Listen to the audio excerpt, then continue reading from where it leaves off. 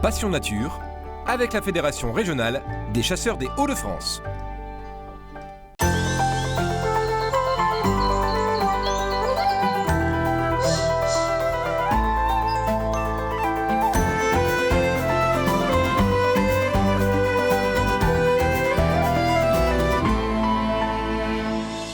Bonjour à tous et bienvenue dans Passion Nature. Je vous le présente depuis les terres du Hédinois. Nous sommes entre Hesdin et Saint-Paul, des terres de grande culture, et nous verrons comment les agriculteurs les aménagent pour préserver la faune. Le faisan et la perdrix seront nos animaux fétiches dans cette émission.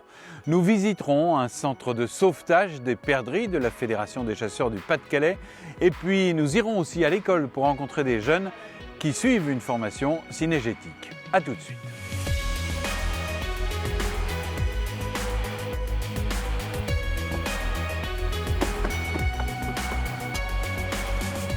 Hop, n'oublie pas la bêche. Bonjour Jean-Guy. Bonjour Axel, ça va? Bon, alors tu nous as trouvé une petite place pour mettre le bac à eau? Je pense que ce serait pas trop mal sur le bout de la Sylphie. Enfin, on a différentes bandes où on pourrait le disposer. Mais là, sur le bout de la Sylphie, en hauteur, sur un point haut, je pense que ce sera pas trop mal. Ok, c'est bien. On a de l'accès en voiture pour porter les bidons, c'est bien. Eh bien écoute, moi ça me va, ça me convient. C'est pas mal, c'est pas mal. On y va comme ça là? Allez, c'est parti. On y va. Je monte avec toi? Ouais, allez.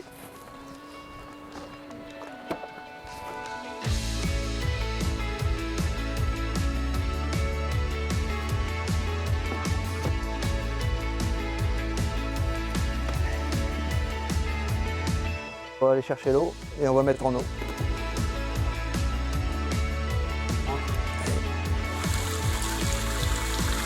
Bonjour Axel. Alors là, vous êtes en train de monter un abreuvoir, c'est ça? Oui, exactement. On vient de creuser un petit emplacement pour mettre un bac à eau. Donc qui fera office d'abreuvoir pour toute la faune en général. Bon, nous, les espèces ciblées, forcément, on est plus sur le faisan, sur la perdrix. Mais bon, c'est toute la faune en général qui va en profiter. Alors il y a des pentes douces, tout ça est fait déjà avec beaucoup de science. Dans quel but? Alors d'éviter les risques de noyade. Il ne faut pas faire pire que mieux. Ici, perdrix comme faisan pourront remonter sans aucun problème parce que les pattes ils vont s'agripper.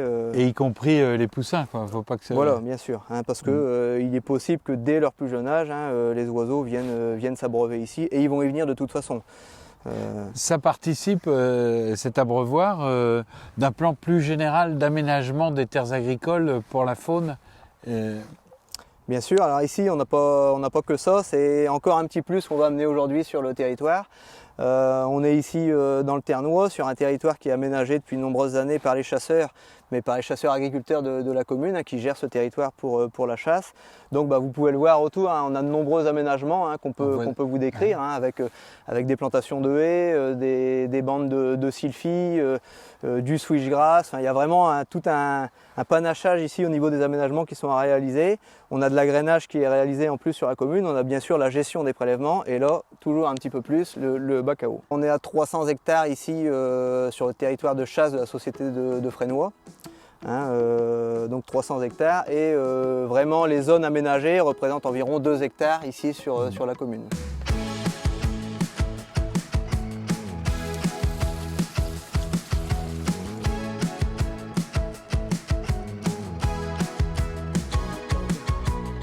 On le voit tous les jours le gibier dans les champs. Donc si on ne le voit pas chaque jour, on ne l'aura pas le jour de la chasse.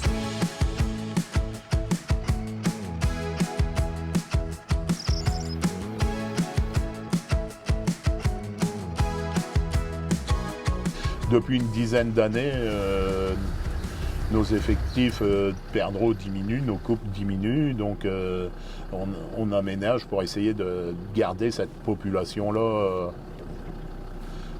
viable pour la préserver, quoi. On est en tout début de reproduction à l'heure actuelle, quoi. Je veux dire, les premières pontes, ils ont eu lieu fin mars, là, et à l'heure actuelle, je veux dire, c'est les premières couvées qui vont éclore au niveau faisan, et au niveau perdreau, on est juste en tout début de les premiers perdreaux se mettent sur le nid, quoi. Ils commencent à couver à l'heure actuelle, ils sont en pleine ponte pour avoir des éclosions courant aux alentours, les plus précoces aux alentours du 20 juin. Et après, les petits oiseaux, les petits perdreaux vivent avec les parents, ils accompagnent les parents pour se nourrir d'insectes qui viennent chercher dans nos bandes. Là. Je veux dire, là, on laisse toutes ces bandes-là sans les faucher avec des plantations. Hein, c'est des plantations qui ont 5-6 ans, quoi, des petites haies, tout ça, pour favoriser le développement d'insectes, quoi, parce qu'il faut savoir que les petits perdreaux se nourrissent que d'insectes dès leur premier âge, quoi. S'ils n'ont pas d'insectes, au bout de 12 heures, 24 heures, s'ils n'ont pas trouvé des insectes pour se nourrir, les oisillons, ils meurent, quoi. On essaye d'amener aujourd'hui pas mal de biodiversité sur notre territoire pour pouvoir recréer l'alimentation du perdreau pour essayer d'avoir une meilleure reproduction possible au niveau des poussins, quoi.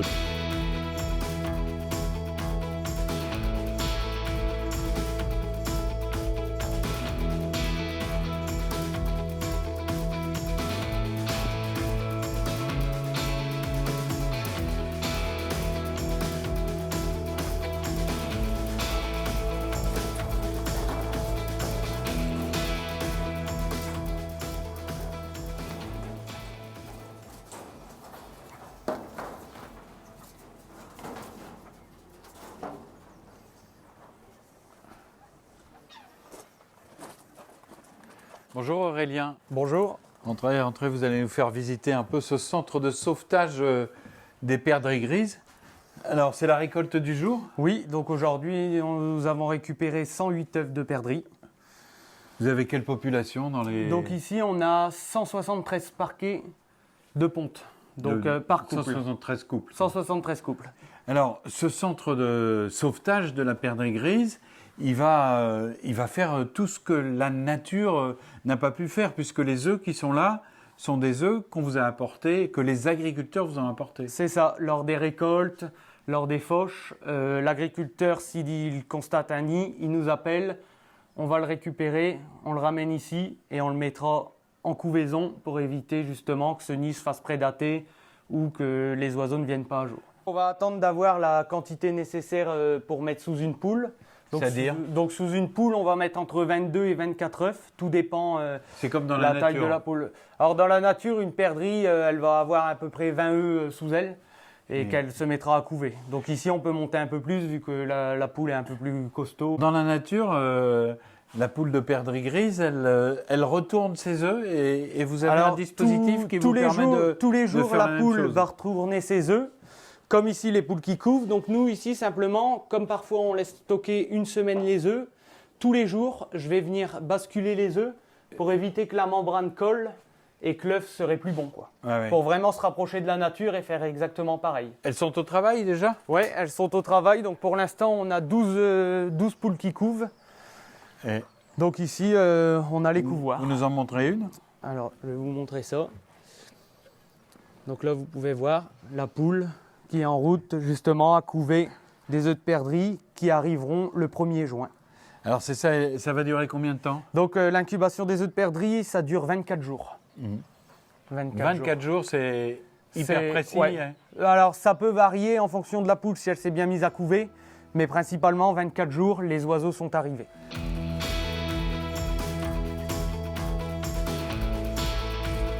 Ici, vous L'année formez des prochaine, couples. on reformera des couples.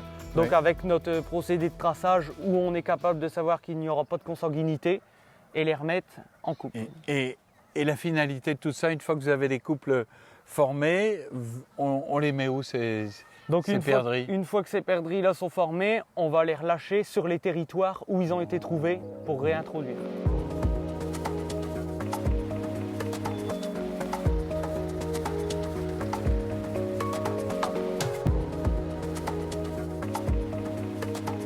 Sensibiliser les adolescents à la protection et à la connaissance de la faune sauvage, c'est aussi un enjeu important. C'est pour ça qu'on va pousser la porte d'une classe de l'Institut d'enseignement agricole Saint-Éloi à Bapaume, où des élèves ont pris comme option cynégétique, faune sauvage et biodiversité. Vous allez voir, ils s'y connaissent.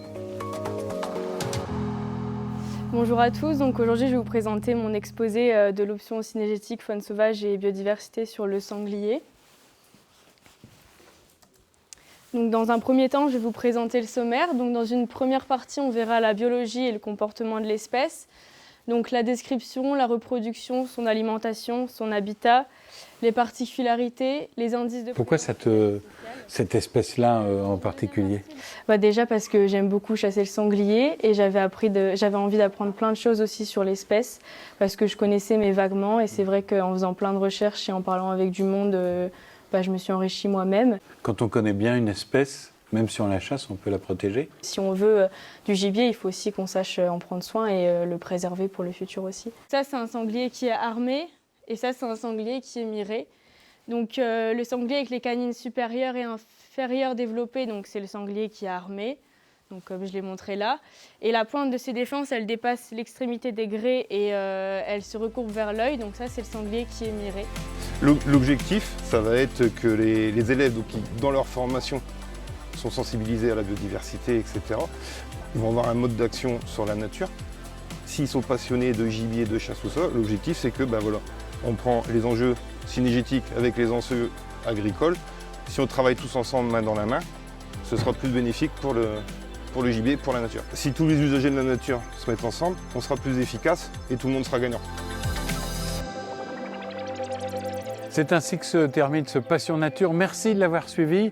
Merci à Boris Nicolas de l'avoir réalisé. À très bientôt pour un nouveau numéro. Je crois qu'on va vous parler du sanglier. À bientôt.